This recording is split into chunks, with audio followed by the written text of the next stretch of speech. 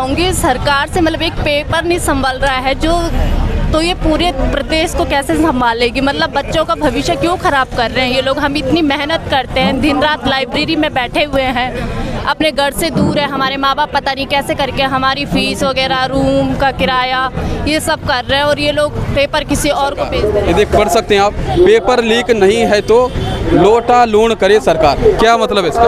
देखिए, जो हमारे पहाड़ या उत्तराखंड में एक परंपरा होती है लोटा लूण, उन गरीब युवकों का दर्द है।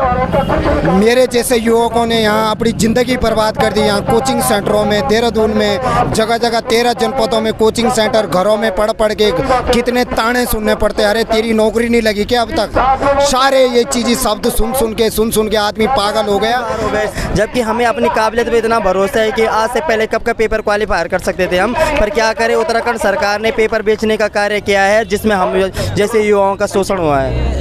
सोचना क्या था, हम तो कंटिन्यूसली पढ़ाई कर रहे थे, 4 दीवारी के अंदर पढ़ाई करते हैं, लाइब्रेरी में पढ़ाई करते हैं, कोचिंग सेंटर में पढ़ाई करते हैं। लेकिन जब हम सोचते हैं कि पूजा पाठ करके सुबह जब मॉर्निंग में उठते हैं, मॉर्निंग उठने के बाद भगवान का नाम जप करते हैं कि चलो भगवान वाली नौकरी लगा देना। तो वास्तव में 3 पन्नों में कम से कम 16, 17, 18, 20 क्वेश्चन आते हैं। क्या कुछ इन युवाओं का कहना है, आज हम इस वीडियो में आपको विस्तार से बताने वाले हैं, इसलिए वीडियो को आखिर तक जरूर देखेगा। वीडियो को लाइक कीजिएगा, शेयर कीजिएगा और कमेंट करके अपने विचार अवश्य रखिएगा। तो दोस्तों, जैसा कि आप देख सकते हैं कि यहाँ पे लगातार भीड़ बढ़ती चली जा रही है, और जो बेरोजगार युवा हैं जिन्होंने 21 सितंबर को यूपी SSSC की स्नातक स्तरीय परीक्षा दी थी, और जब ये पता लगा कि पेपर लीक हो गया है, किस प्रकार से उनके साथ एक छलावा हुआ वो महसूस उन्होंने किया।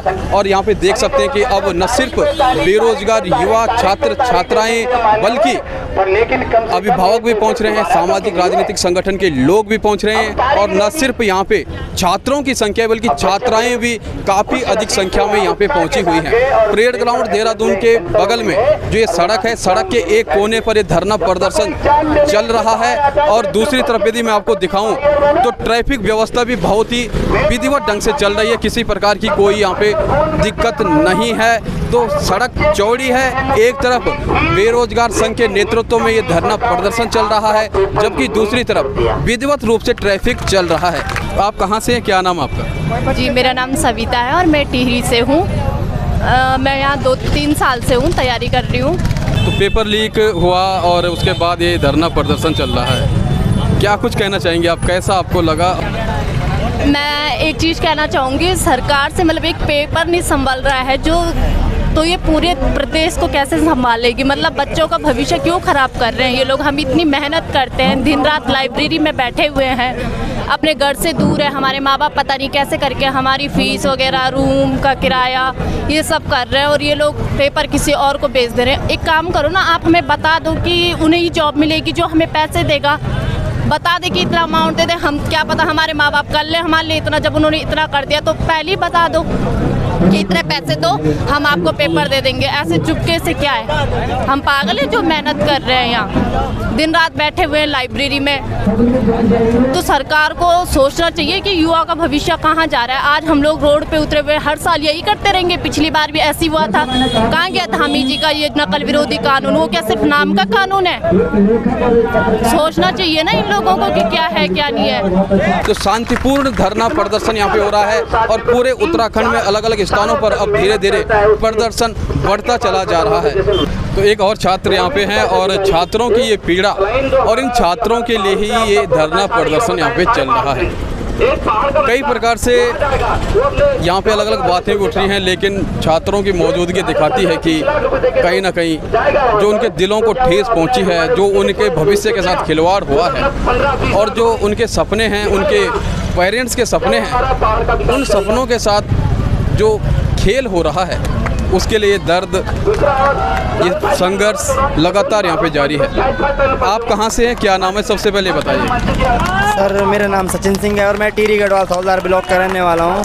जैसे कि काफ़ी दिनों से यहाँ हम धरना पे बैठे हैं, आज हमारा 6वां दिन है, और हमने अभी 6वां दिन तक लगातार कंटिन्यू दिन और रात यहीं पे गुजारी है, क्योंकि उत्तराखंड सरकार ने बच्चों के साथ, युवाओं के साथ इतना अन्याय कर दिया है कि आज तक भविष्य में कभी, इससे पहले उत्तराखंड में ना कभी कभी हुआ है और ना कभी किसी ने सोचा था कि ऐसे होगा।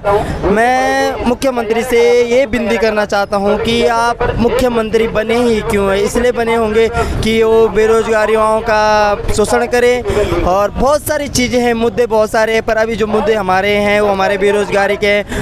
मारतोलिया जी कह रहे हैं कि हमारे 3 पेज ही तो बाहर आए। अरे सर, अभी तक किसी भी स्कूल के पेपर पहले ही बाहर नहीं आते, तुम्हारे तो के SSC के पेपर ही बाहर आ जा रहे हैं। अच्छा ये बताओ, ये सब तमाम बातें हो रही हैं, आप ये बताइएगा कि आपने किस डिपार्टमेंट में किस पद के लिए फॉर्म भरा था?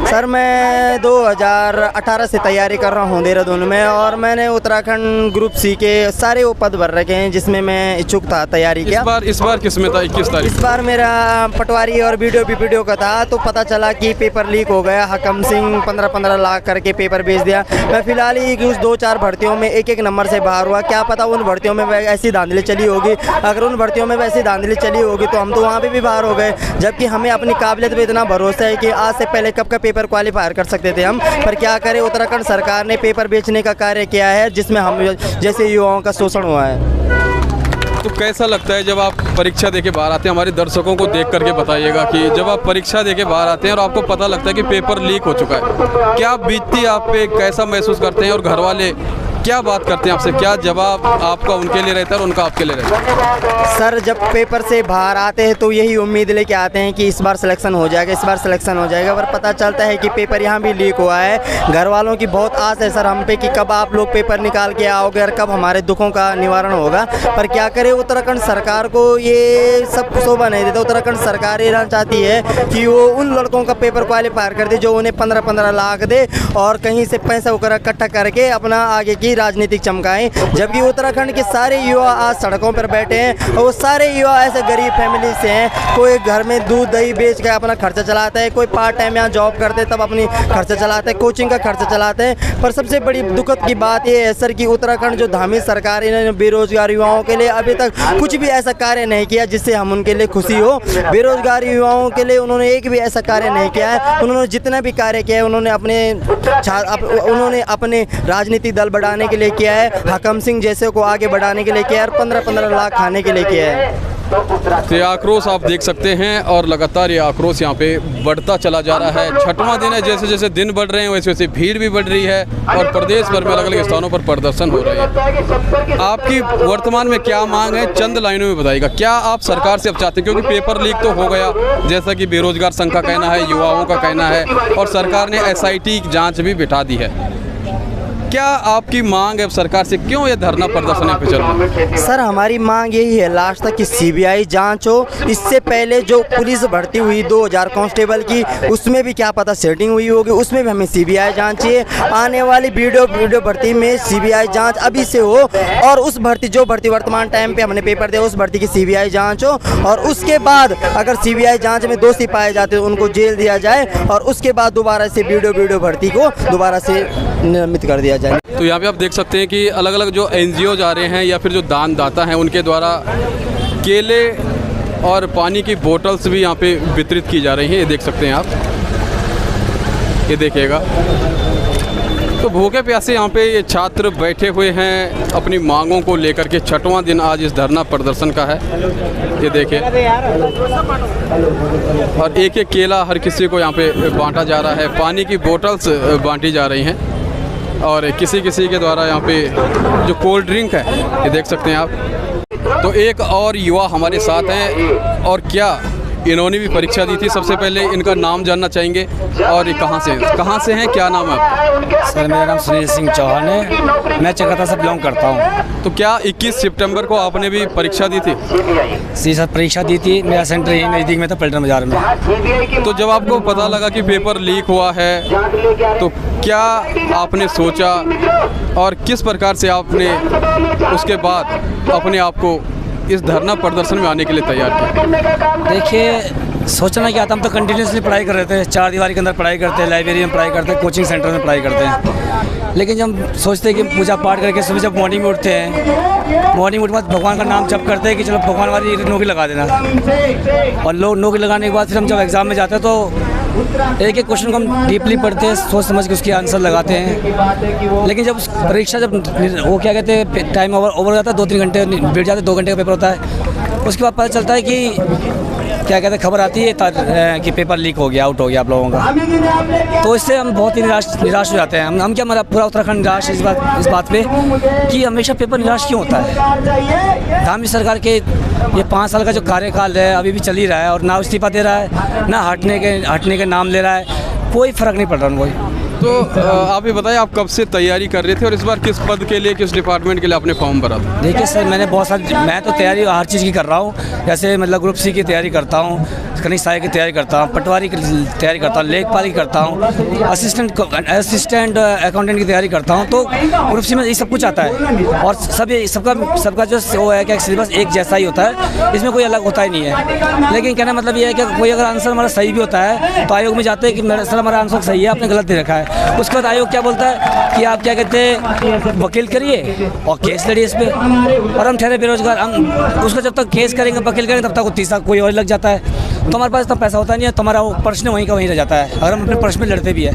ये बहुत सारे बच्चों के साथ हुआ है और मेरे साथ भी हुआ है, इसलिए हमने बहुत निराश हो चुके थे हम। तब इस वजह से हम बहुत पार और उत्तराखंड बेरोजगार संघ का सपोर्ट करने आए हैं। ये बताइएगा कि मांगे अब क्या हैं, क्योंकि SIT गठित हो चुकी है, जांच के आदेश हैं, लेकिन युवा अभी भी सड़कों पर हैं, धरना प्रदर्शन चल रहा है, अलग अलग स्थानों में प्रदर्शन चल रहा है। क्या मांगे हैं, किन मांगों के लिए लगातार संघर्ष जारी है? देखिए, मांग से साफ सुथरी है और एक ही मांग है, CBI सेंट्रल गवर्नमेंट की जो एजेंसी है, इंटेलिजेंस ब्यूरो है, उससे क्या कहते हैं आप जांच कराइए, ये स्पर्श है, इसमें कोई दोहराए नहीं है। SIT is a part of CM Dhami.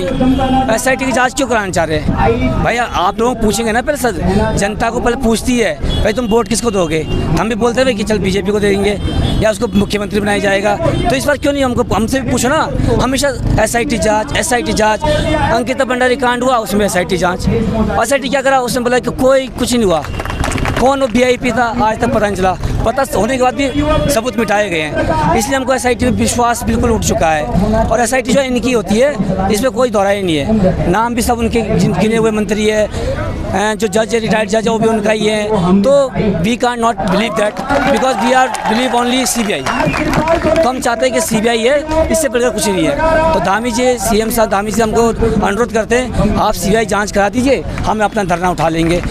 तो देख सकते हैं कि यहीं पे भोजन की व्यवस्था है और लगातार ये कुक यहाँ पे कुकिंग कर रहे हैं। देख सकते हैं आप, ये सेवाएं दे रहे हैं एक प्रकार से, और यहीं पे भट्टी है, यहीं पे बर्तन है, और यहीं सड़क पे ही जो तमाम लोग हैं जो इस धरना प्रदर्शन में अपनी भागीदारी निभा रहे हैं, जो बेरोजगार छात्र हैं वो भी लगातार यहाँ पे डटे हुए हैं, यहीं पे खाना खाते हैं, यहीं पे सोते हैं, यहीं पे जागते हैं और यहीं पे अपना विरोध कर रहे हैं। ये सिलसिला लगातार 6 दिनों से चल रहा है। तो भाई जी, क्या नाम है आपका, कहाँ से? मेरा नाम अंकित कुमार है। तो यहाँ पे क्या देख रहे हैं आप, क्या सेवाएं दे रहे हैं, क्या काम कर रहे हैं, किस तरह से ये धरना प्रदर्शन चल रहा है? धरना प्रदर्शन बहुत अच्छी तरीके से चल रहा है और अपने हितों की मांग कर रहे हैं छात्र यहाँ पर।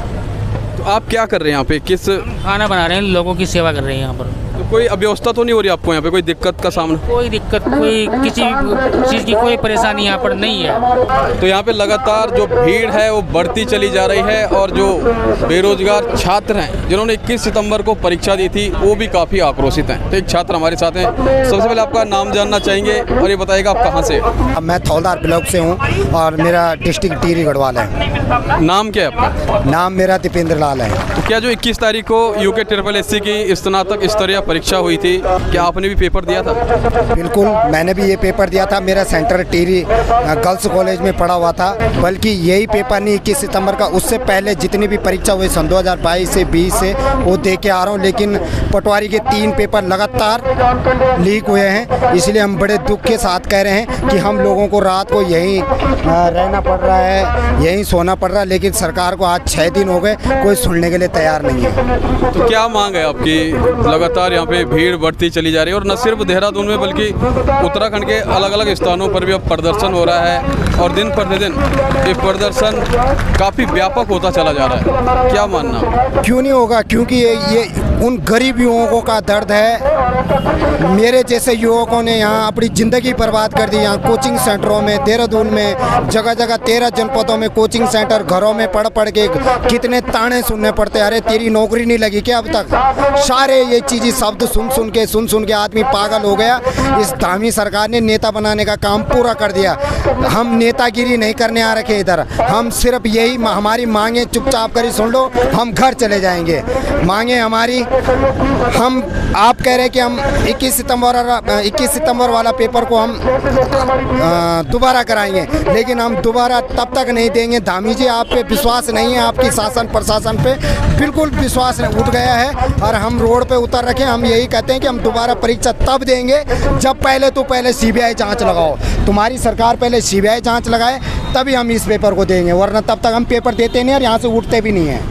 हर एक युवा की यही मांग है कि सीबीआई जांच जरूरी है, क्योंकि बेवकूफ बना दिया। 3 साल से सीबीआई मांगने के लिए हम कम से कम देहरादून के हर रोडों पे हम धरना देते हैं, हल्ला करते हैं। 3 साल पूरे हो गए लड़ते लड़ते, लेकिन ये धामी सरकार सुनने के लिए बिल्कुल युवकों की मजबूरी नहीं समझ रही, शोषण करने में तुली हुई है। अब युवा यही चाहता है, अगर एक बार भी धामी हमारे मुंह पे आए, हम बिल्कुल लड़ने के लिए भी तैयार है, राग लगाने के लिए भी तैयार है। आपका नाम क्या है, कहाँ से आप? मेरा नाम रोशन है, मैं रुद्रप्रयाग का रहने वाला हूँ। मैं पिछले 3 साल से यहीं पे रहता हूँ, नौकरी के साथ साथ पढ़ाई भी करता हूँ। मेरा सेंटर था ऋषिकेश में, Rishikesh Punjab central inter college में।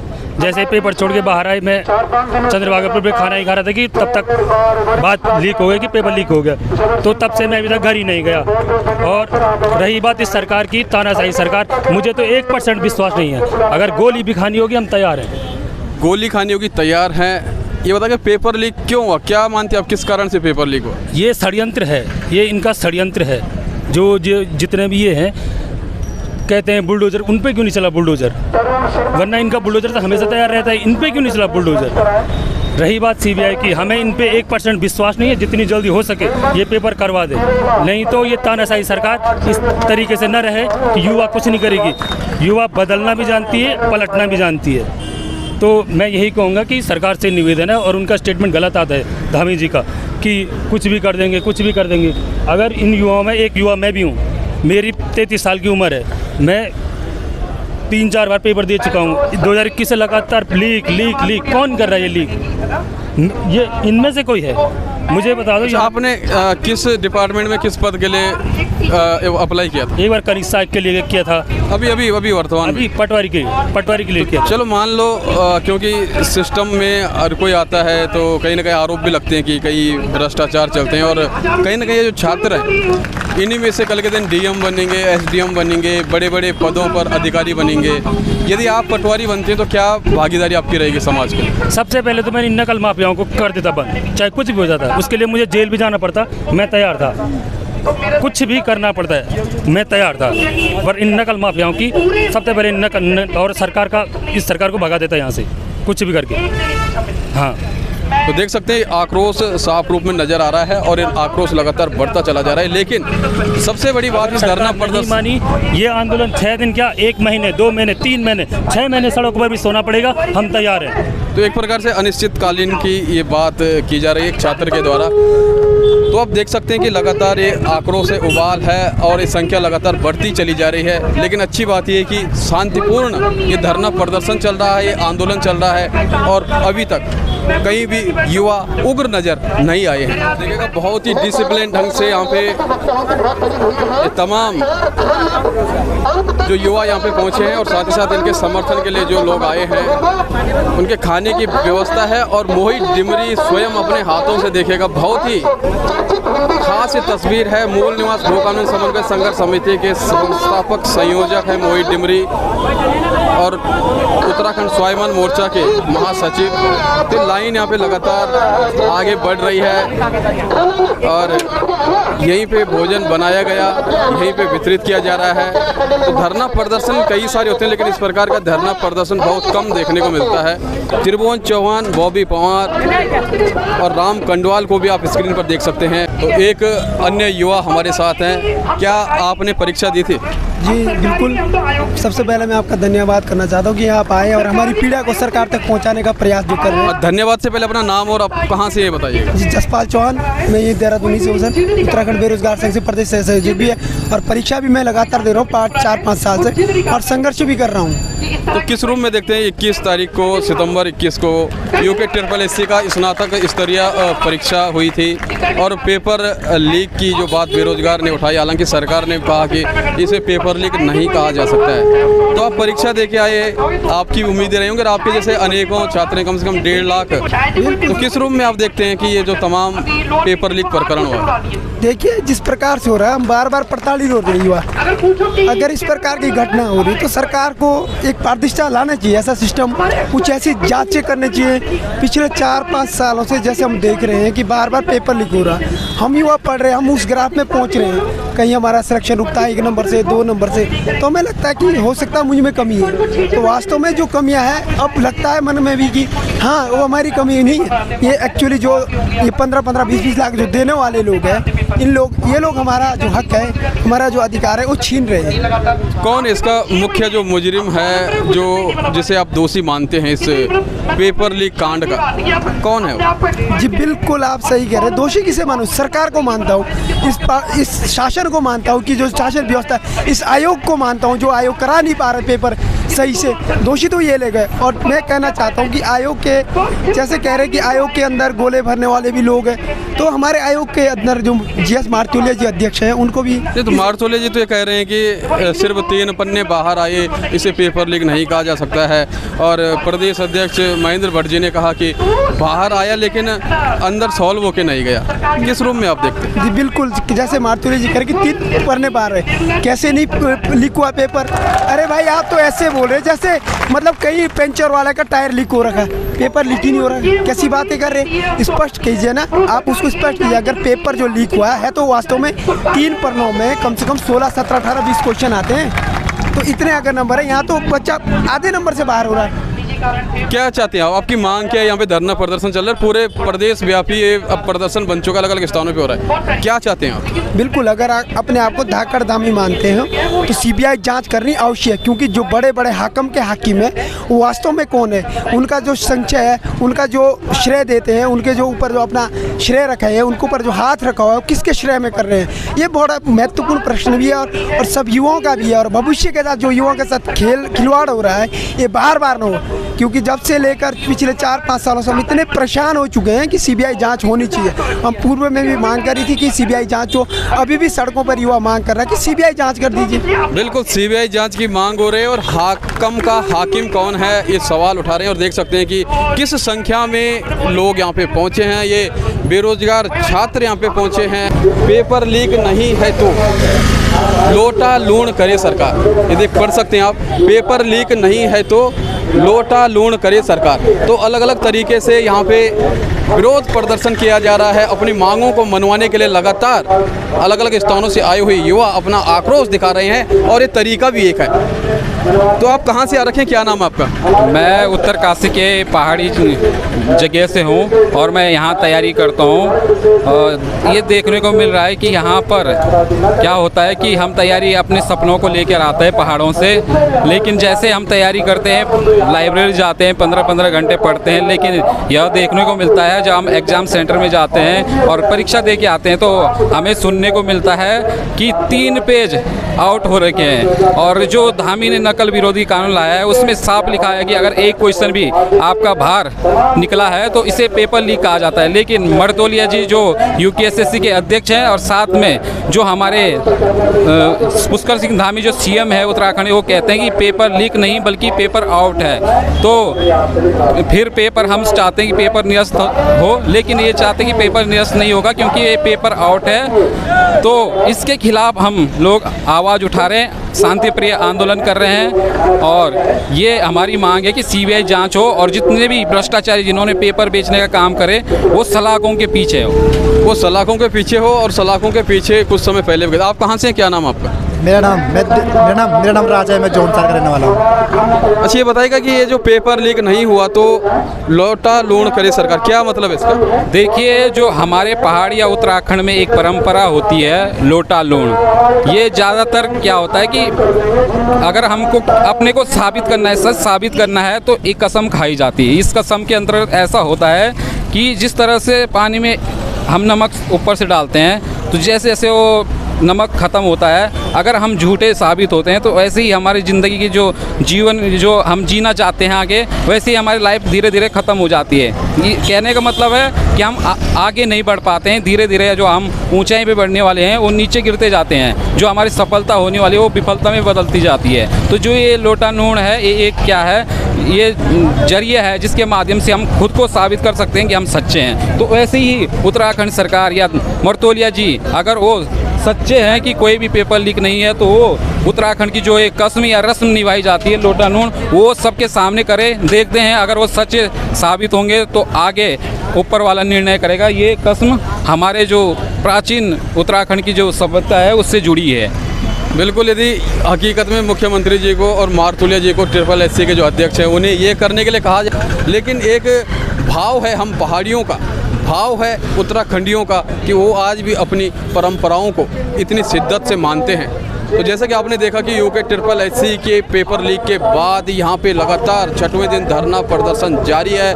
प्रदेश व्यापी ये आंदोलन बन चुका है, अलग अलग स्थानों पर प्रदर्शन हो रहा है और अपनी मांगों को लेकर के बेरोजगार युवा इस धूप में तप रहे हैं। लगातार यहाँ पे भूखे प्यासे भी रह रहे हैं। यहाँ पे हालांकि खाने की व्यवस्था की गई है, लेकिन रात भी यहीं पे गुजार रहे हैं खुले आसमान के नीचे, सुबह भी यहीं पे हो रही है, यहीं पे अपना विरोध कर रहे हैं और लगातार मांग यही है कि CBI जांच हो। जो 21 तारीख को UKSSC की परीक्षा हुई थी उसे निरस्त किया जाए, री एग्ज़ाम किया जाए और साथ ही साथ जो पूर्व में जो परीक्षाएं हुई हैं, जो छात्रों पर जो मुकदमे लगे हैं उन्हें वापस लिया जाए। तो इन मांगों के साथ लगातार बेरोजगार संघ यहाँ पे डटा हुआ है और आशा करते हैं कि आपको हमारी ये वीडियो रिपोर्ट पसंद आई होगी। यदि आपको पसंद आई तो वीडियो को लाइक शेयर जरूर कीजिएगा, कमेंट करके अपने विचार अवश्य रखिएगा और यदि अभी तक चैनल को सब्सक्राइब नहीं किया है तो चैनल को सब्सक्राइब भी अवश्य कीजिएगा। मिलते हैं आपसे एक अगली वीडियो में अगली जानकारी के साथ, तब तक के लिए नमस्कार।